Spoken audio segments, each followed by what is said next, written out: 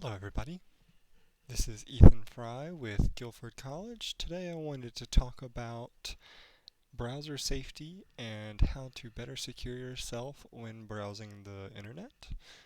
So today I'm using Mozilla Firefox. The most common would be, of course, Google Chrome. You can also use Microsoft Edge. There's many out there for search engines and web browsers. However, this is my choice.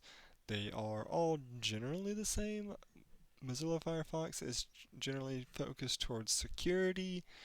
Google Chrome is focused towards reliability and having it being available to the general user. I like Firefox for its security though. So today we'll be looking at the settings option, and let's go to privacy and security. So today we'll be talking about the browser privacy. You have enhanced tracking protection, and here I have it set to standard. You can do strict or even custom. Now for some of you, strict might be more beneficial. Here with standard we get social media trackers, cross-site tracking, tracking content in private windows, fingerprinters, and so it looks like it does say stronger protection but may cause some sites or content to break. It is just blocking something that might actually be harmless, and it just might be a false positive, but you might be able to get that peace of mind. One thing that is also good too is whenever it says send websites that do not track signal that you don't want to be tracked. That is always good. And especially when Firefox is set to block known trackers, it's always good to block tracking because it's that sense of privacy that keeps you secure and keeps your data secure. Because like they say, if it's free, then you are the product, right? And now a big topic too is with cookies and site data. Cookies are how browsers store information about sites that you've previously been to. They help you with your autofill information whenever you do stuff like that. And also for websites also use it to collect privacy information, and they might be able to see what other websites you've been to prior to visiting their website. So there can definitely be some privacy concerns in regards to cookies as well. That looks like always definitely make sure that permissions are very strict. You don't want something having access to your microphone if it doesn't need to, or your camera, or your location especially.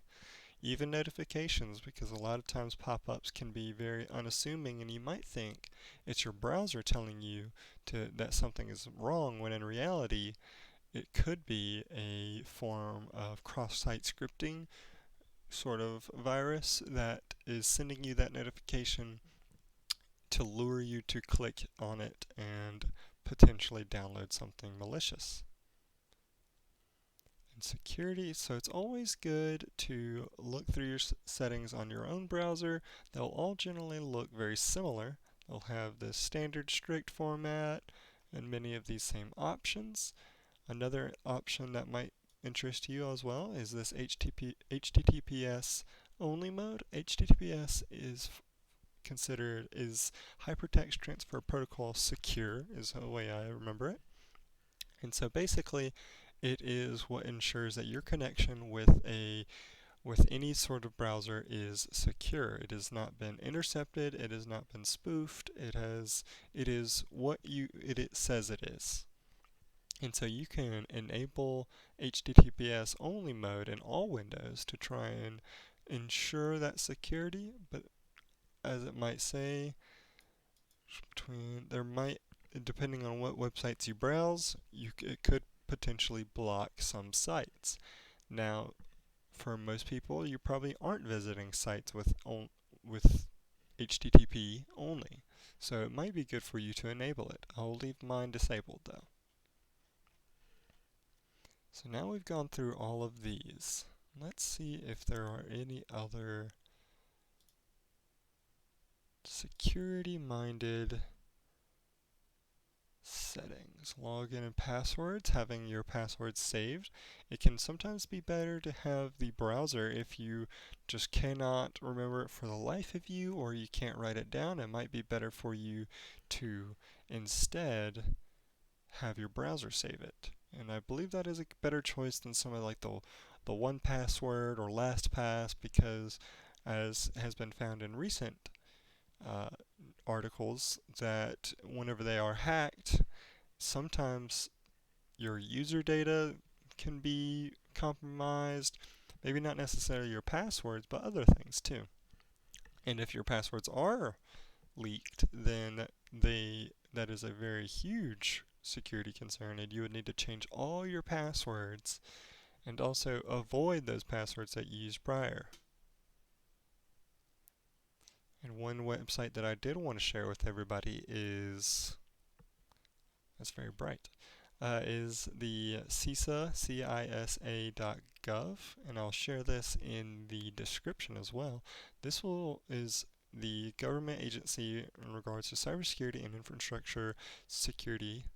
So it will cover a lot of, and I'll use this as a main resource just for that reliability throughout these videos. And it gives a lot of technical information, but it also gives a lot of good resources. See, here's like my Mozilla Firefox, and you can go here, and Firefox has its own support page for how to better secure your browsing. Autofill login, HTTPS only mode, like we talked about. Secure password. Site information panel.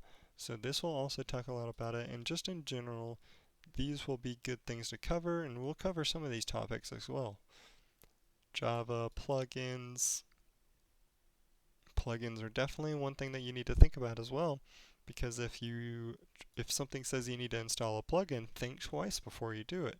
In my working experience, I've had plugins be able to have it so that whenever you open a new tab and try and search something, it forces you to search in a different search engine.